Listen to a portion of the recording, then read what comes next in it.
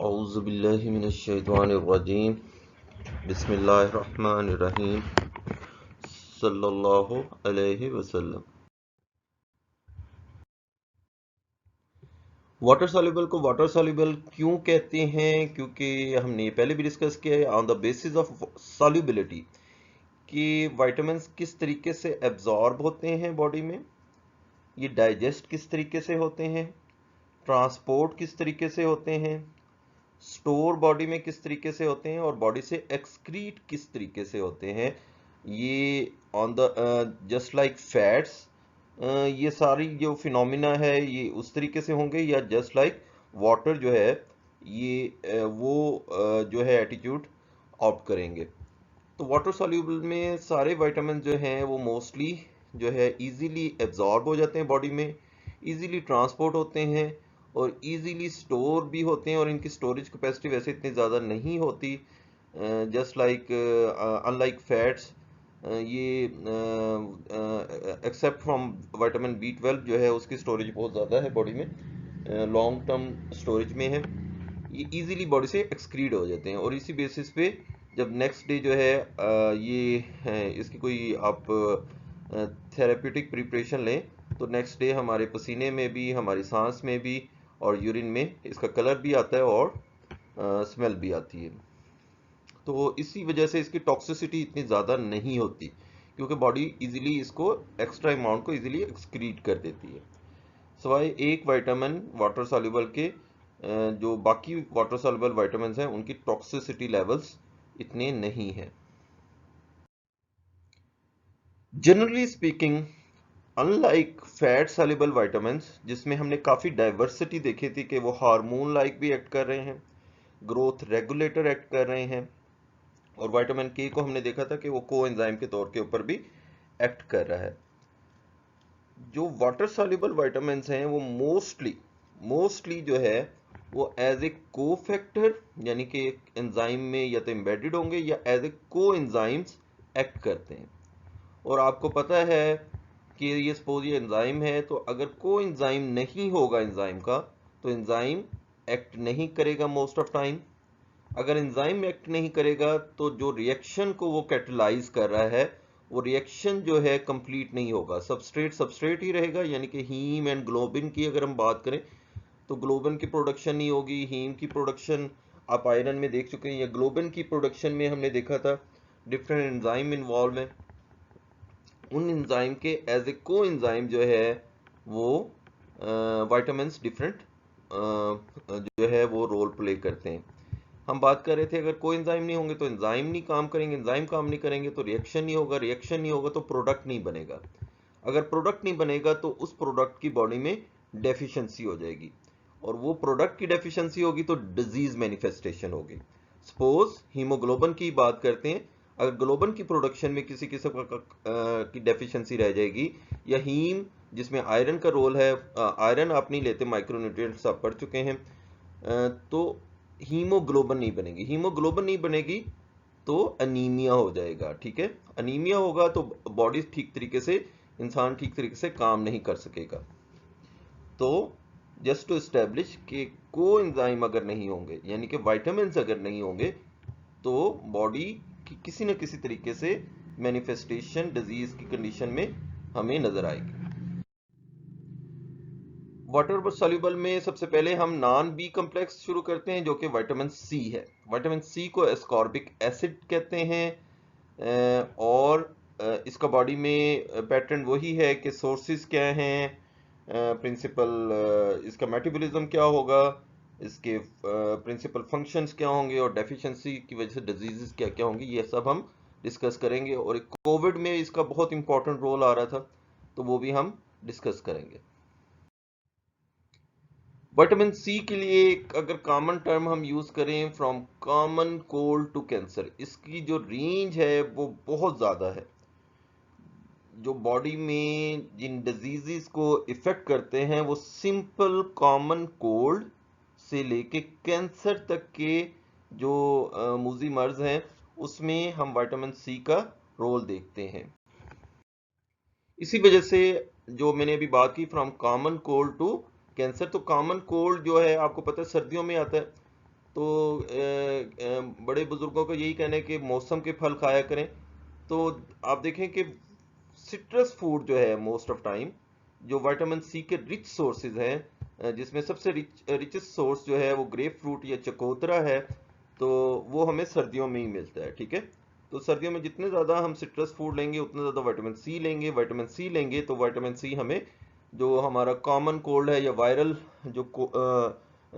जो हमें फ्लू वगैरह होता है, और जिसमें अगेन अभी जैसे कोरोना वायरस या सार्स वायरस का रोल आया हुआ है, अगेन वायरल इन्फेक्शन है, रेस्पिरेटरी इन्फेक्शन है, तो उसमें विटामिन सी का रोल जो है वो बहुत इम्पोर्टेंट नोटिस हुआ है।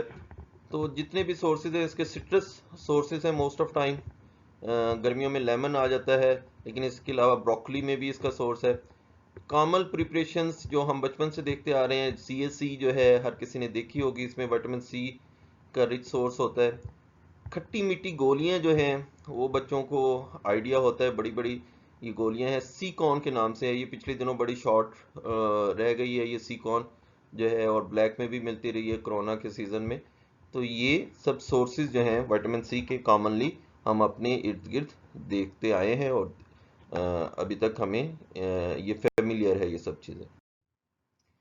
विटामिन सी के वाइटामर्स या एक्टिव मेटाबोलाइट्स जो हैं वो हमें 2 से 3 मिल जाते हैं बॉडी में। एस्कॉर्बेट है, यानी कि आयोनाइज फॉर्म होती है, ये अभी हम डिस्कस कर लेते हैं। मोनोडिहाइड्रो एस्कॉर्बेट है और डिहाइड्रो एस्कॉर्बेट है, ये इसकी एक्टिव फॉर्म्स हैं, ये दो स्पेशली, डिहाइड्रो एस्कॉर्बेट और ascorbate. Okay, vitamin C is oxidized with loss of one electron it forms monodehydroascorbate. ठीक है, ये एस्कॉर्बेट है। इसमें आप देखें, चलें वो बाद में डिस्कस कर लेते हैं। अगर एक इलेक्ट्रॉन जो है वो इसमें से निकलेगा with loss of one electron, ये मोनो रेडिकल, ये free radical, sort of free radical जो इतना टॉक्सिक नहीं होता, रेडिकल कैटाइन या सेमी डिहाइड्रोएस्कॉर्बेट, सेमी डिहाइड्रोएस्कॉर्बेट ये यहाँ भी दिया हुआ है। ठीक है, और मोनो डिहाइड्रो एस्कॉर्बेट बनाएगा with loss of two electrons. With loss of two electrons जो है ये डिहाइड्रो एस्कॉर्बेट बना देगा। Okay, it is a mild reducing agent, mild acid and strong antioxidant. ये 3 करेक्टरिस्टिक्स हैं जिसकी वजह से ये अपना प्रिंसिपल फंक्शन बॉडी में परफॉर्म कर रहा है। रिड्यूसिंग एजेंट है, नॉन स्पेसिफिक रिड्यूसिंग एजेंट है, किसी के साथ किसी भी चीज को रिड्यूस कर देता है। विटामिन ई में हमने देखा था कि लिपिड के साथ वो अटैच हो रहा है, वाटर सॉल्युबल है ये कहीं भी सवाए लिपिड के, और लिपिड का भी ये रोल परफॉर्म कर देता है विटामिन ई को डोनेट करके, वो हम अपकमिंग लेक्चर में देख लेंगे। ओके, रिड्यूसिंग एजेंट, एसिडिक और एंटीऑक्सीडेंट। रिड्यूसिंग एजेंट क्या होता है? जो कि इलेक्ट्रॉन डोनेट कर सके। ठीक है, एसिड क्या है? जो कि हाइड्रोजन किसी भी इक्वस एनवायरनमेंट में अपना हाइड्रोजन डोनेट कर सके। ठीक है, एंटीऑक्सीडेंट अगेन जो कि बखुशी अपने इलेक्ट्रॉन डोनेट कर सके। तो आप देखें ये इसकी हमने एस्कॉर्बेट की फॉर्म डिस्क्राइब की थी। एस्कॉर्बेट में बेटा ये थोड़ा सा मुझे हार्पर की पिक्चर है, इसमें थोड़ा सा ये मुझे इस पे थोड़ा सा, चलें ये बाद में डिस्कस करेंगे ट्यूटोरियल्स में, कि ये एच यहाँ नहीं होना चाहिए। एनीवेज यहाँ दो एस्कॉर्बेट, एस्कॉर्बिक एसिड या ग्लूटामिक एसिड या ग्लूटामेट, हम बात ही एस्कॉर्बेट की उस वक्त करते हैं जब आयोनाइज फॉर्म में हो जाता है, जो वो अपना एच आयन डोनेट कर देता है। ठीक है, तो यहाँ एच आयन डोनेट करके इसके पास 2 इलेक्ट्रॉन होंगे, एक इलेक्ट्रॉन को जब फर्दर डोनेट कर देगा तो ये मोनोडिहाइड्रो एस्कॉर्बेट, और 2 इलेक्ट्रॉन को वो कर देगा तो डिहाइड्रो एस्कॉर्बेट बन जाएगा। ठीक है, यही इसकी एंटीऑक्सीडेंट प्रॉपर्टी है कि खुशी खुशी अपना इलेक्ट्रॉन डोनेट कर देता है।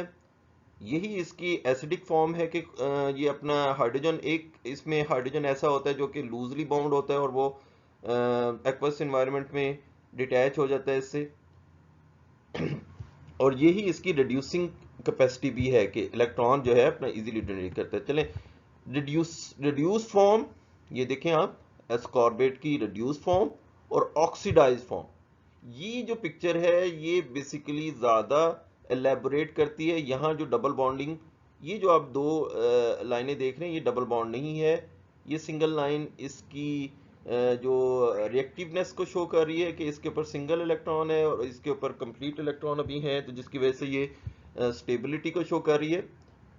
ठीक है, और ये जो डबल लाइन है यहाँ, ये basically double line double bonds को शो कर रही है, और यहाँ डबल बॉन्ड इसका अब नहीं रहा।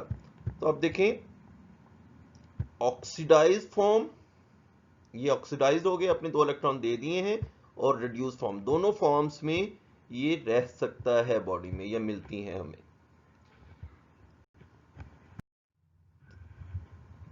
Okay, vitamin see the main function, ठीक है, 2 फंक्शन है इसके, जो इसके प्रिंसिपल फंक्शंस हैं, या जो इसके साथ जो क्वालिटीज अटैच की जाती हैं वो इसकी 2 करेक्टरिस्टिक्स के ऊपर होती हैं। सेकंड करेक्टरिस्टिक्स हम नेक्स्ट लेक्चर में देखेंगे। तो पहली जो नॉन स्पेसिफिक, जिसमें हम बात कर रहे हैं कि कैंसर से लेके कोल्ड, कॉमन कोल्ड तक ये रोल परफॉर्म करता है, तो उसमें जो सबसे बड़ा इसका जो क्वालिटी है वो इसकी the non specific function of ascorbate is a reducing agent, non specific reducing agent है, कि किसी को भी रिड्यूस कर सकता है।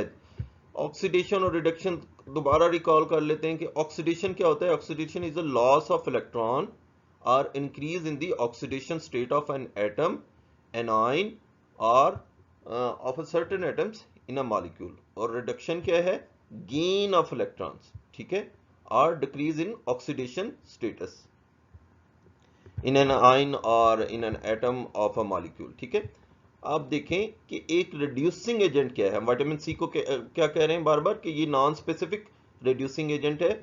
सपोज एक्स जो है मॉलिक्यूल जो है वो एक रिड्यूसिंग एजेंट है। एक्स लूजेस, रिड्यूसिंग एजेंट क्या होता है, जो अपने इलेक्ट्रॉन डोनेट कर सकता है। ठीक है, और रिडक्शन क्या है, गेन ऑफ इलेक्ट्रॉन्स। ये थोड़ा सा बार बार कंफ्यूज करता है एफएससी से, तो इसको यहां क्लियर करते हैं। X is a reducing agent, it loses its electron, यानी कि इसकी रिडक्शन हुई, यानी कि इसकी ऑक्सीडेशन हुई, सॉरी। ठीक है, जब ये अपना इलेक्ट्रॉन लूज कर देगा, loss of electron is oxidation, तो ये खुद ऑक्सीडाइज्ड हो जाएगा, ये खुद ऑक्सीडाइज्ड हो जाएगा। और जहां भी इलेक्ट्रॉन देगा, ये उसी वक्त इलेक्ट्रॉन देगा जब कोई इलेक्ट्रॉन एक्सेप्टर करीबी वहां मौजूद होगा। ठीक है, तो Y is a oxidising agent, Y gains the electron. ठीक है, और ये इलेक्ट्रॉन गेन कर लेता है। X ऑक्सीडाइज होके इलेक्ट्रॉन को लॉस करके खुद ऑक्सीडाइज्ड हो जाता है, और जबकि Y जो है इलेक्ट्रॉन गेन करके खुद रिड्यूस्ड हो जाता है। ठीक है, अब ये सपोज विटामिन सी है और ये कोई फ्री रेडिकल है जो कि जिसके पास जिसको इलेक्ट्रॉन की शदीद ज़रूरत थी, और ये तुला हुआ था कि मैंने इलेक्ट्रॉन जो है ना कहीं से भी ले लेना है, बेशक वो एक स्टेबल स्ट्रक्चर हो, मैं उसको तोड़ के वहां से इलेक्ट्रॉन ले लूंगा। तो एक्स क्या करता है, यानी कि विटामिन सी क्या करता है, इसके पास ये कैपेसिटी है, ये इसको बखुशी एक इलेक्ट्रॉन दे देगा और इसको स्टेबल कर देगा। ठीक है, और इसको रिड्यूस कर देगा। लेकिन बाय डूइंग सो ये खुद ऑक्सीडाइज हो जाएगा। अब इसको भी एक इलेक्ट्रॉन की जरूरत पड़ेगी, और इस सारे फिनोमिना को हम अपकमिंग लेक्चर्स में दोबारा से एलैबोरेट करेंगे। अभी हमने simple oxidation reduction, reducing agent और ऑक्सीडाइजिंग एजेंट्स को डिस्कस किया। बड़ा प्यारी लाइनें थी, तो इसको मैंने इस तरीके से लिख दिया है कि reducing agents reducing agents reduce the oxidizing agents, and oxidizer in turn oxidize reducers। ठीक है, reducing agents जो है वो रिड्यूस होते हैं और ऑक्सीडाइजिंग एजेंट्स को रिड्यूस करते हैं, और ऑक्सीडाइजर जो है वो ऑक्सीडाइज करते हैं रिड्यूसर्स को। ये रिडॉक्स रिएक्शन में ये फिनोमिना आप बार बार देखेंगे। एक इलेक्ट्रॉन डोनेट करेगा, एक बाखुशी इलेक्ट्रॉन डोनेट करेगा, और एक बाखुशी इलेक्ट्रॉन जो है वो एक्सेप्ट कर लेगा। ठीक है, यही फिनोमिना आप दोबारा देखें, क्योंकि ये इसकी ग्रेटेस्ट जो क्वालिटी है विटामिन सी की, जिसकी वजह से कोरोना में भी और कैंसर में आप देखेंगे चकोतरे का जूस बहुत कॉमनली पिलाते हैं, या डाइटिंग में, या डायबिटीज़ में, या इसको गुड हेल्थ के साथ बार बार अटैच किया जाता है, किन्नू को या फिर ग्रेप फ्रूट को और कहते हैं जितना खट्टा होगा उतना जो है ना ये ज़्यादा फायदेमंद होगा।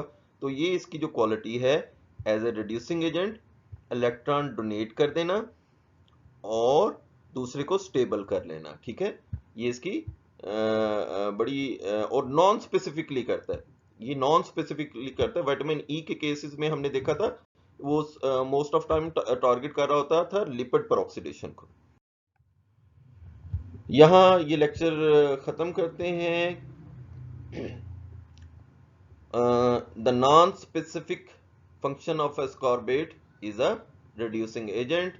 नेक्स्ट लेक्चर में हम इसको डिटेल में इसकी इस करेक्टरिस्टिक्स को और इसके बाकी करेक्टरिस्टिक्स को डिटेल में डिस्कस कर लेंगे।